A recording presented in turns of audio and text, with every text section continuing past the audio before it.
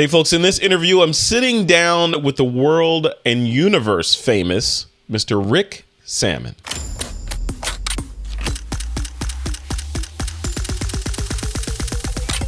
This is TWiP.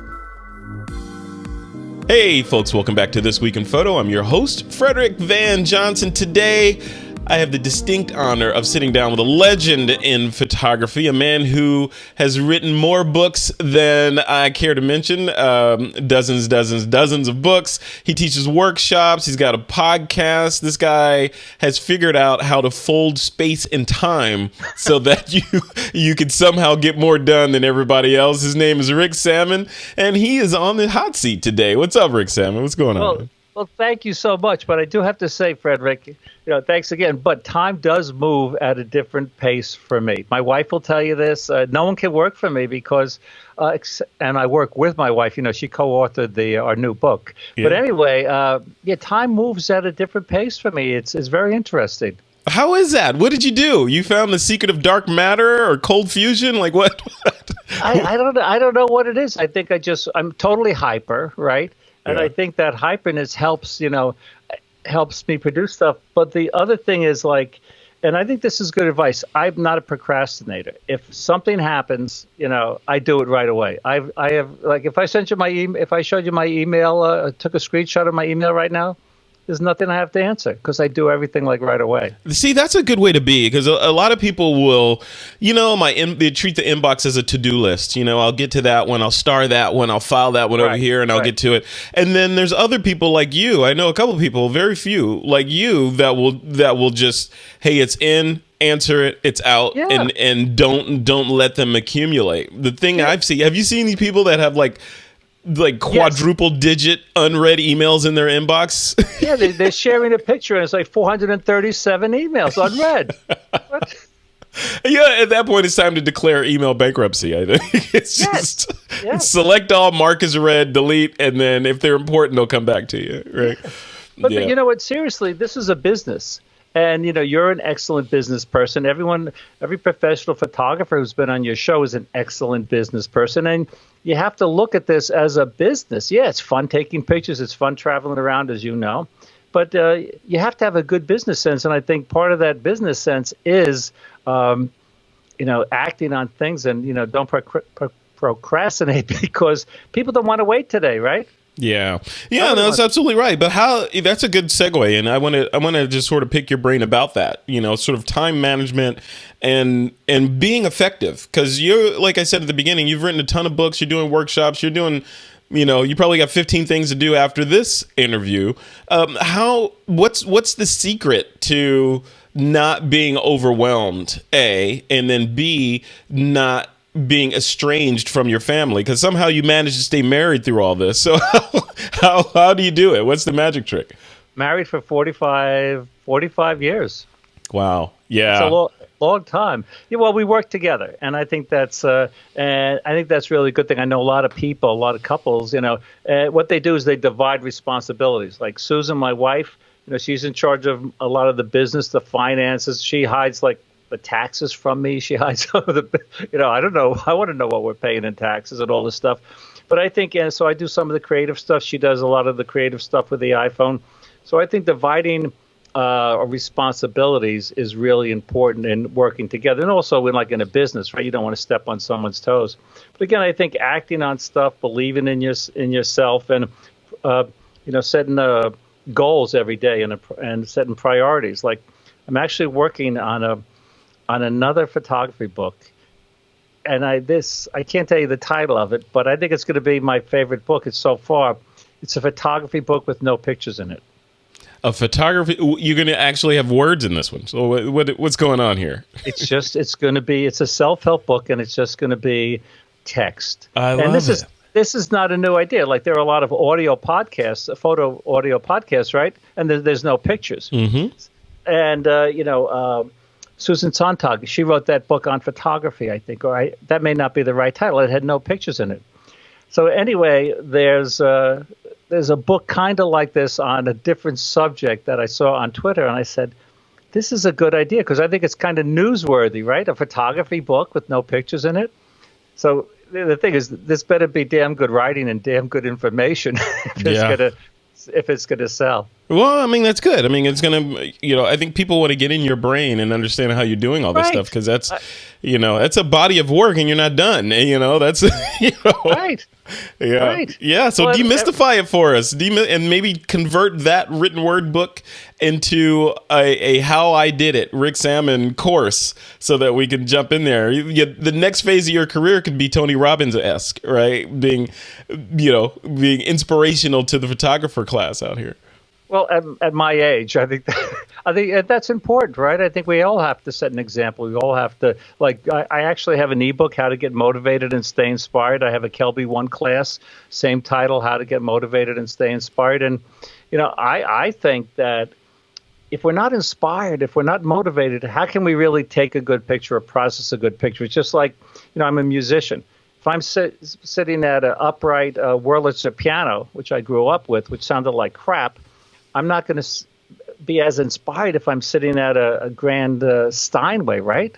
So yeah. I think, and as you know, as a photographer going out, what inspires you? It's the light. Sometimes it's the people. Sometimes it's a magical scene that you see.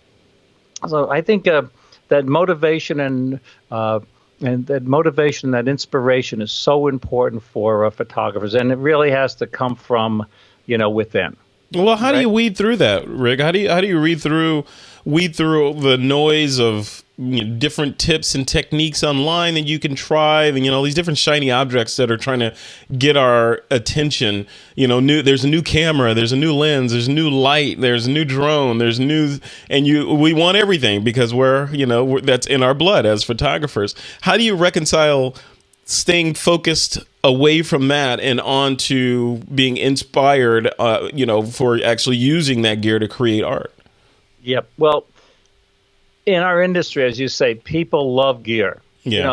I speak a lot, right? So I'm at an event, Frederick, and I have my books there, and there's a camera store, and they may have a table across the street, across the aisle, and they're selling tripods. And let me tell you, more people buy tripods than books because they think a tripod's going to make them a better photographer, right? Yeah, yeah. Learning the technique and following what other people do, like Steve McCurry. He was one of the people who influenced me, or Jonathan Scott, the Big Cat Man, who has a show on Netflix now. His passion for wildlife, all this is important. But actually, I was just reading an article on how to stay focused, because this weaves into this book I'm working on. And one way to stay focused is turn off your email when you're working, right, on your computer. Turn off your phone, and when you're out, stop. Same thing. Turn it off. And the worst offense right now is, I was just teaching a workshop in New York City, and I'm talking about, okay, let's capture the mood and the feeling, because it was very misty, and the mist was over the Freedom Tower. I don't know if you've ever been there. Yeah, I've been there. Yeah. So, Frederick, it's a very moving experience, right?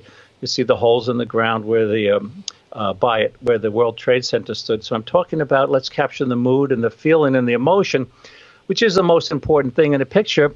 And someone's, Apple Watch goes off, right? And they get a text message, and it destroyed the whole mood and the feeling. Yeah. So I think, it has to be kind of like meditation. I have a friend, Linda Marshall. She teaches meditation, and I said to her, well, I'm too hyper to meditate. She says, well, I know you're serious about your guitar playing. I know you go down, because I have a music room, and I play guitar every day, and without anything going on, just for myself. And she says, that is like meditating. So if you go out in the field with your tripod and you're focused on that landscape, and I don't know if you know John Sexton. He was one of Ansel Adams' assistants. He would talk to trees. Wow. Now, I don't know if the trees heard him, but that really helped him with his photography. I think what John Sexton was trying to do was, get so in touch with the subject. And right now, we're a lot of photographers try to get so in touch with the aperture, right? Mm-hmm.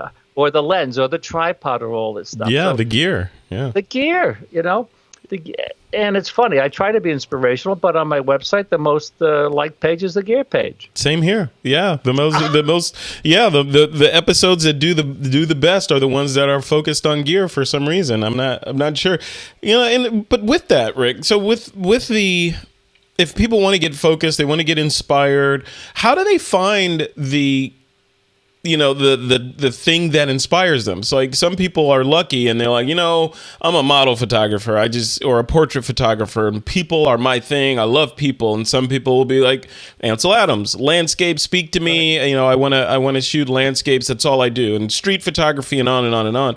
How do you find your genre? How do you find what type of photography excites you? Is it just go ahead and shoot them all and then figure out which one you like, date before you marry, or is it something else?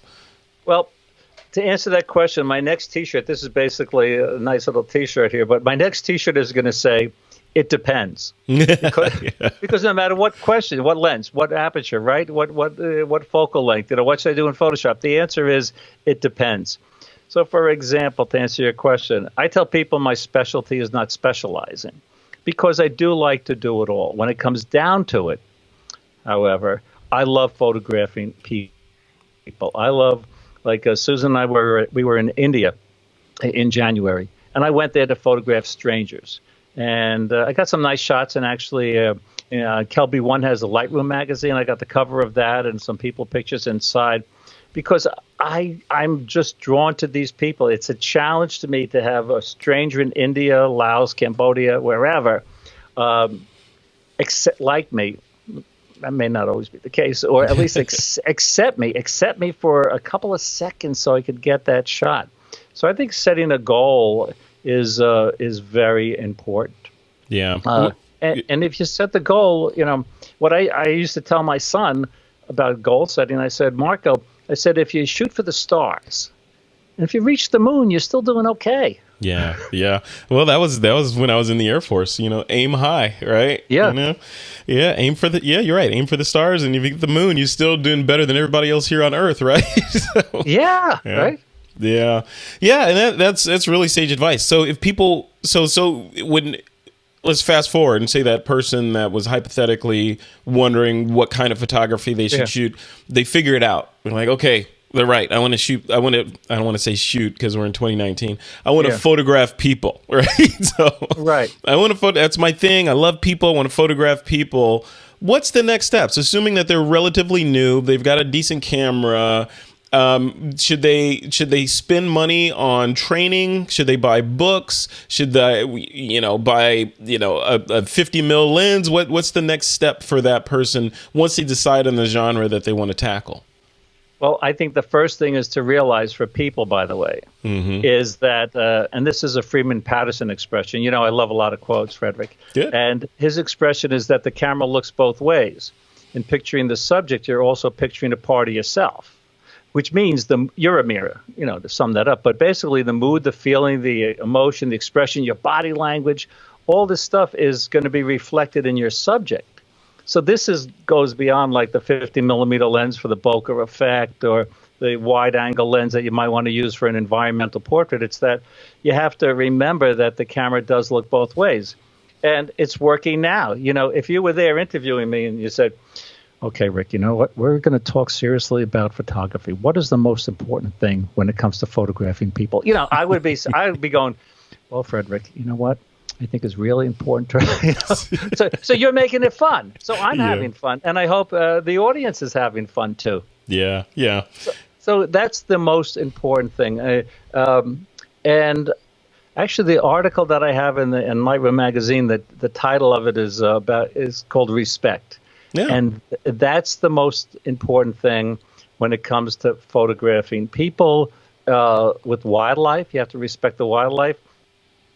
When you're photographing the landscape, if you're in like one of the national parks, you don't, like I saw in Zion National Park when I'm trying to photograph this beautiful landscape. 6 or 8 people hop the fence, right, with like bright colored windbreakers, and then doing all these like stupid poses like this, Jeez. And they ruined it for everybody. So, you mentioned the Air Force. I have a friend, Hal Schmidt. I think I introduced you to him, maybe not. Anyway, he was at Top Gun fighter pilot and became a Top Gun instructor. And he talked about like being in the cockpit, that you have to have what's called, I'm sure you know, situational awareness. Yeah. And you have to be aware of, he'd be in the cockpit and, he'd be like looking all around like this. He had situational awareness. So as photographers, I think if we're photographing people, wildlife, photographing in the city, having that situational awareness, I think, is really important. Oh, absolutely. Absolutely. Especially, I mean, you could be in the jungle, right? You need to be aware of your surroundings, or in whatever neighborhood around the world where it's with humans there, you want to be aware of what's going on. You're walking around with a high ticket item and you're relatively vulnerable. So, yeah. No, absolutely. So on that, Rick, or just actually switching gears a little bit to talk about post-processing. So you've got the photo, you've been inspired, you got the shot, and now you're back at the computer. What in the Rick Sammon world, do you err on the side of get it right in the camera, as little post-processing as possible, or to the other side of it is, some people treat the images that they capture with their camera as just the raw materials, and that's only 25% of the journey, and the rest is in post, and they're going to bring out their mind's eye in that shot. Where do you fall on that spectrum? Too bad I don't have the shirt. It depends. It depends. Because, sometimes, like with the people pictures from India, they're pretty much straight shots. But on some of the high contrast landscape pictures, sometimes I use HDR. But Ruth Bernhardt had a great black and white photographer, by the way. She's passed on. But anyway, she had a wonderful expression. And her expression was, you can't spend too much time working on a photograph because your soul is in the photograph. Now, if you take a picture of your cat, a dog, in the backyard, or a squirrel, came close to your house, maybe your soul's not in it. But, on my workshops, and maybe you see this too, people say, oh, I'm spending too much time. You can't spend too much time.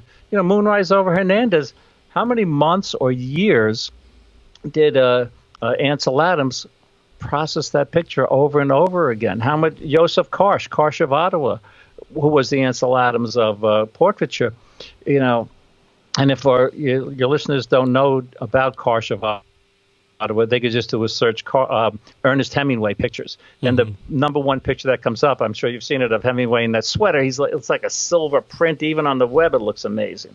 But anyway, he spent months and years on the picture. So, sometimes if I'm like on safari, or I just want to get a picture up on Instagram, I'll put it up there quickly. But I think it's important for photographers to go back and look at their work, and criticize the work. I have you mentioned, thank you very much, by the way. I have a lot of books. Yeah. I have an HDR book that came out about 7 or 8 years ago.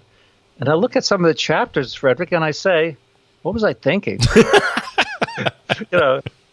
I think we all do, right? Oh, right. I mean, because we all change. And I'm sure musicians do that. They publish a song and they say, they write it for whatever reason, maybe to get a number one hit. And they say, what was I thinking? This doesn't reflect me. So I think it's good to be honest about that. Yeah, I agree. I think it reminds me, I know the audience will probably correct me on this, but I read somewhere that, the biology of the human form, or mammals in general, regenerates every 8 years or 10 years or something. You're essentially a brand new person. As cells die off and new ones are created, you're like a conveyor belt of cells. So who you were back then, your brain matter notwithstanding, but who you were back then is not the same person in a real physical sense to who you are today, right? Well, when you get near 70 like me, you'll see that when you get up in the morning, it's not as easy as when I was at Woodstock getting out of my VW van. You just can't drink as much, right? That's what it is. No, actually, I can drink more. Oh, really? Oh, yeah, because I develop a tolerance. So my wife says, you're having more wine? And I have a tolerance to it. I love it. Speaking of that, I think it's important for photographers not to take themselves too seriously. Like I have a sign over my desk that you can't see, and I'm going to tone it down for the audience. Jay Maisel wouldn't, you know Jay, right? Oh, I do. Yeah. So I'm going to tone it down so you can imagine what Jay would say. But the sign says, "Don't believe your own PR." So you know what Jay would say, Yeah. right? So if you're on social media and you're looking for sponsors and all this other stuff, you could tell people, "Oh, I have this many followers," and all this other stuff. But I think being humble to yourself and realizing that don't believe your own PR is really important. Yeah, no, I love that. Those are sage words to live by. Any parting shots you want to throw at the audience? I mean, I love chatting with you, and it's like, we could take this interview in a million different ways. That's why we didn't have any notes when we started this. Normally, I have notes, and I want to go in this direction. And if the interviewee says this, then I'm gonna go there. With you, we just jump on Skype and hit record. I love it. Well, that's because you're so good. And like I say, and I'm serious that the camera looks both ways. I'm on a lot of podcasts, and and I'm looking off camera. Gosh, when is this going to be over? So I'm having a great time. But I think maybe parting words would be to never give up. Yeah. And you just can't give up. Timing's so important in life. And, there's a lot of naysayers on, you put a picture on the web and someone will find, something wrong with it. Just have to believe in yourself and never give up. And I have several never give up stories, which we could talk about another time. That might be another Rick Sammon book, Never Give Up. There you go. Well, part of it is in this book with no pictures in it. Oh, good. You should actually name the book with no pictures Rick Sammon's Book of No Pictures. There's your working title right there, man. Well, on Facebook today, on my Facebook page, it's just Rick Sammon Photography. I took a screenshot of a Word document, the first page, and it said Chapter 1, and I just put "the" in it, and then the rest of the page was blank. I got more likes on that than like some of my pictures from India because people thought it was funny. But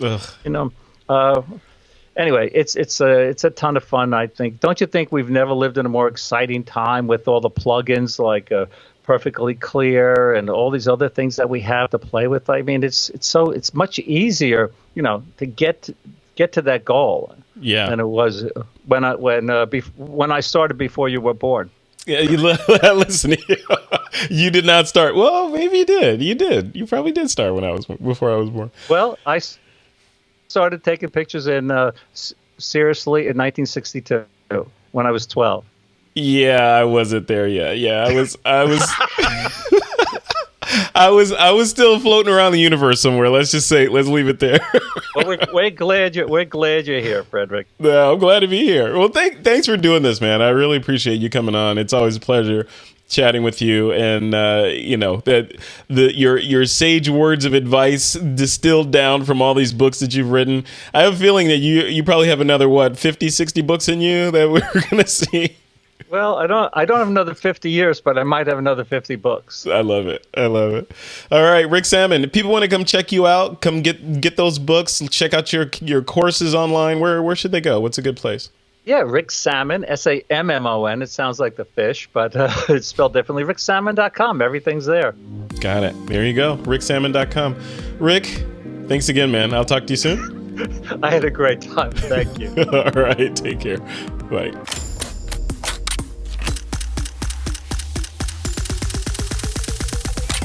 This is TWiP.